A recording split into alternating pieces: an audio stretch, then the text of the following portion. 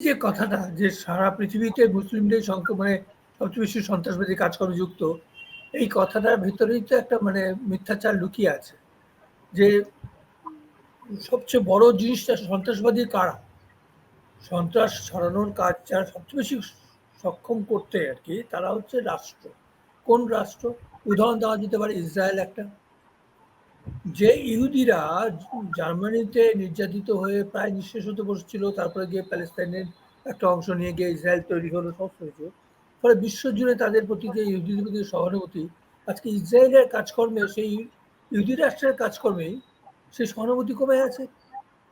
যেভাবে তারা নৃশংসভাবে মানুষ, নারী, শিশু সবাইকে হত্যা করে চলেছে গাজা স্ট্রিপে এবং ওয়েস্ট ব্যাংকে, একেবারেই মানে কোনোভাবে বলা যায় না যে তারা কম সন্ত্রাসবাদী, এবং তারা অনেক বেশি শক্তিশালী সন্ত্রাসবাদী।